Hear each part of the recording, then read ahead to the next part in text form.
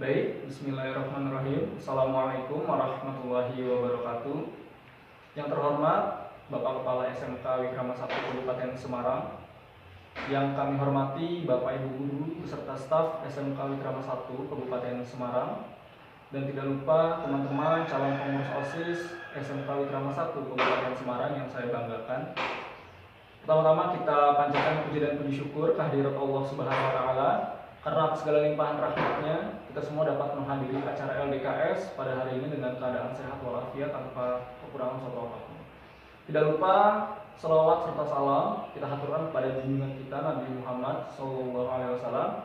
Semoga kita adalah termasuk orang-orang yang mendapatkan syafaatnya di hari kiamat nanti. Amin ya robbal alamin. Sepertinya teman-teman sudah sangat antusias sekali ya dalam mengikuti acara LDKS pada hari ini dengan tema semangat kepemimpinan dalam organisasi. Ada apa aja nih nanti pembahasannya? Sebelum itu pastilah kita perkenalan dulu ya. Udah ada yang kenal saya apa belum nih? Kalau alumni di belakang mungkin udah pada kenal saya, tapi kalau misalkan calon pengurus OSIS yang sekarang kayaknya belum kenal ya. Tak kenal maka tak aruf gitu ya kalau anak zaman sekarang. Oke, kita kenalan dulu. Nah, di sini profil saya, nama saya Ubaid Hawari, biasa dipanggil Ubed, ya, tapi bukan Ubed copet ya. Silahkan mau panggil apa silahkan, terserah. Tempat tanggal lahir saya di Bekasi, 30 Agustus 1998. Itu masih muda banget ya. Ya sepantara lah sama kalian gitu ya, nggak jauh-jauh banget. Jadi kalau kalian manggil saya terserah, nggak terserah juga, tapi mungkin lebih baik manggilnya Kak aja kali ya, jangan Pak ya, apalagi Om gitu, jangan. Pendidikan terakhir saya ilmu komunikasi di Universitas Tidar di Magelang kalau teman-teman belum tahu.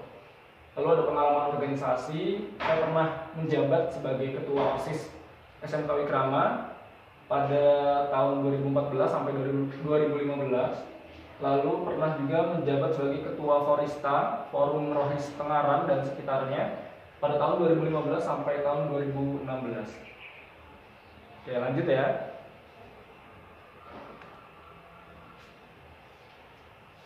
Teman-teman di sini udah ada yang pernah ikut organisasi apa belum? Kamu yang belakang udah pernah ikut organisasi apa belum? Pernah? Apa? Karang Taruna di desanya ya. Oke. Ada lagi yang pernah ikut organisasi? Kamu yang pakai peci udah pernah? Ikut apa? Apa? Remas. Apa itu remas? Remaja masjid. Oh, remaja masjid. Oke. Nah, di sini pertama saya akan menjelaskan pengertian organisasi. Organisasi itu apa sih ya sebenarnya? Kalau teman-teman bertanya-tanya, kita seringkali berbicara saya ikut organisasi, tapi kita sebenarnya tahu nggak sih apa itu organisasi? Nah, di sini organisasi adalah suatu aktivitas ataupun kegiatan yang dikerjakan secara bersama-sama untuk mencapai tujuan bersama dan dilakukan oleh 2 orang atau lebih. Berarti nggak 1 orang ya. Kalau 1 orang bukan organisasi. Organisasi harus terdiri dari 2 orang ataupun lebih. Seperti itu. Lanjut. Di sini ada contoh organisasi seperti yang tadi mbaknya yang di belakang udah pernah ikut Karang Taruna ya, organisasi di desa biasanya. Lalu ada partai politik. Tahu kan ya partai politik ya, yang sekarang lagi heboh-heboh ini politik ini biasa kampanye, tapi saya nggak terlalu ngikutin tentang berita politik di Indonesia karena ribet ya. Terus ada Siskamling. Nah, Kak, kok Siskamling termasuk organisasi? Ya, kita lihat dulu. Di Siskamling itu ada tujuannya apa enggak? Ada kan tujuannya apa? Ya menertibkan masyarakat ya. Terus kalau misalnya ada maling, nah itu Siskamling biasanya yang bertugas menjaga setiap malam. Jumlahnya ada berapa? Siskamling nggak cuma 1 ya, kalau kalian lihat di pos kamling itu pasti ada ya minimal 2 atau 3 orang lah ya, dengan perannya masing-masing. Jadi yang 1 jaga di sana, yang 1 jaga di sini, yang 1 jadi ketuanya juga ada Siskamling. Jadi Siskamling juga termasuk ke dalam organisasi. Lalu yang keempat ada OSIS. Apa OSIS? Organisasi Siswa Intra Sekolah. Nah ini teman-teman pasti udah paham lah ya di SMP yang pernah ikut OSIS, organisasi sekolah yang ada di sekolah seluruh Indonesia ada seperti itu. Lanjut. Nah, OSIS masuk ke dalam jenis organisasi formal. Apa sih? Kok OSIS masuk ke dalam organisasi formal? Nah, kita lihat OSIS itu berada di institusi apa? Sudah barang tentu OSIS itu kan pasti adanya di sekolah ya. Nah, sekolah itu adalah institusi formal. Makanya OSIS disebut sebagai organisasi formal karena OSIS itu sendiri berada di dalam institusi formal, yaitu sekolah. Hampir semua sekolah bahkan ya mempunyai OSIS ya, organisasi siswa intrasekolah. Seperti itu. Lanjut. Nah, tips dalam berorganisasi. Tips dalam berorganisasi, saya pindah dulu ya sini, sebelah sini, jadi biar teman-teman yang sana kelihatan. Yang pertama ada komitmen pada tujuan Anda. Yang dimaksud komitmen ya harus komitmen yang baik ya, yang apa namanya, visioner. Tidak komitmen misalkan, wah saya pengen ikut organisasi, pengen pansos gitu ya, jangan. Terus saya harus berkomitmen untuk terus pansos pada saat ikut organisasi, jangan seperti itu. Jadi komitmen pada tujuan itu ya komitmen pada tujuan organisasi. Misalkan kalau kamu di office ya komitmen bagaimana kamu mengembangkan sumber daya di sekolah ya, menambah baik citra nama sekolahan kamu, seperti itu komitmennya. Lalu yang kedua ada mengingat hasil atau manfaat yang akan didapat. Nah, jadi kalau kamu berorganisasi itu kamu harus selalu menanamkan ingatan-ingatan kamu ikut organisasi itu untuk apa, manfaatnya apa. Kamu harus selalu menanamkan pemikiran bahwa aku ngapain sih ikut organisasi, manfaatnya apa sih ya. Kalau kamu pengen tahu manfaat berorganisasi itu banyak banget. Salah satunya adalah manajemen diri ya, bisa manajemen waktu, gimana cara kamu membagi waktu antara tugas dan juga organisasi, terus gimana cara kamu melatih kepemimpinan kamu ya, yang biasanya introvert gitu ya kalau kata anak zaman sekarang, terus bisa aktif ya di organisasi. Nah, itu salah satu manfaat dari organisasi. Yang ketiga adalah belajar manajemen diri dengan baik. Nah, seperti yang sudah saya sebutkan tadi, ada manajemen waktu, ya manajemen apa lagi? Ya salah satunya itu ya manajemen waktu ya, yang paling utama. Biasanya kalau anak organisasi itu paling sering ngeluhnya tentang waktu gitu, karena sering bentrok antara tugas dan juga organisasi. Nah, di organisasi kamu terus diasah ya bagaimana cara manajemen waktu dengan baik. Lalu ada menjadikan organisasi sebagai keluarga. Nah, kamu ini penting banget. Jadi kalau misalkan kamu masuk organisasi, jangan menganggap diri kamu sendiri-sendiri. Kalian itu adalah sebuah kesatuan ya. Jika salah satu ibaratnya sakit, ya udah organisasi itu bakalan pincang. Jadi jangan menganggap, apalagi sampai ada senioritas di organisasi, jangan ya. Semua adalah keluarga. Gimana cara kalian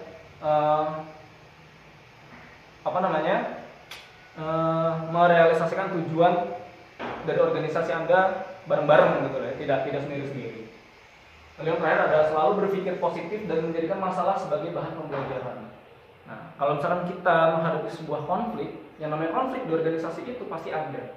Nah, gimana caranya kalian selalu berpikir positif ya, dan jadikan konflik itu justru sebagai penguat kalian.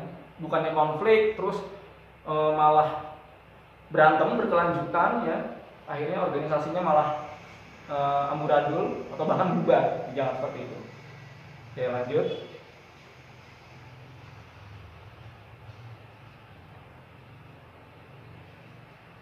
Tadi maaf slide-nya kebablasan. Mungkin teman-teman ini udah pada ngantuk ya. Kalau misalkan ngantuk, saya kasih ice breaking. Teman-teman udah ada yang pernah coba ini belum? Senam otak. Udah ada yang pernah coba belum senam otak? Belum pernah? Belum? Oke. Coba angkat tangannya kayak gini. Tangan kanan angkat. Putar ke depan. Putar ke depan. Stop. Nah, terus gantian yang tangan kiri. Tangan kiri putar ke belakang. Nah, udah. Sekarang bareng. Tangan kanan putar ke depan, tangan kiri putar ke belakang. Nah, masih banyak yang belum bisa tuh. Nah, itu menurut penelitian, nah kayak gitu senam otak kamu lakukan ya minimal 15 menit lah sehari ya, biar otak kanan dan otak kiri kalian tuh seimbang seperti itu. Nah udah nggak ngantuk ya. Oke, mungkin bisa dilanjut materi selanjutnya. Nah, yang namanya organisasi tidak lepas dari yang namanya kepemimpinan. Apa sih kepemimpinan itu? Definisi kepemimpinan adalah perilaku dari seorang individu yang memimpin aktivitas-aktivitas suatu kelompok ke suatu tujuan yang ingin dicapai. Kak, bedanya pemimpin dan kepemimpinan itu apa? Ya udah jelas beda ya. Pemimpin itu adalah seseorang yang melakukan, dan kepemimpinan itu adalah apa ya? Mungkin jiwanya. Semua orang bisa menjadi pemimpin, tapi mungkin tidak semua orang mempunyai jiwa kepemimpinan. Seperti itu. Lanjut.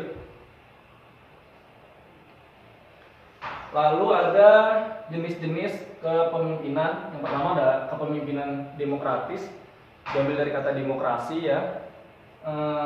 Kepemimpinan demokratis ini adalah kepemimpinan yang mengajak semua anggota mulai dari atasan, bawahan, jika menghadapi suatu masalah itu akan diselesaikan secara bersama-sama, tidak sendiri-sendiri. Jadi semua anggota memiliki hak yang sama dalam menyelesaikan masalah dan untuk mencapai sebuah tujuan seperti itu. Lalu ada kepemimpinan ya, maaf tulisannya salah. Kepemimpinan delegatif.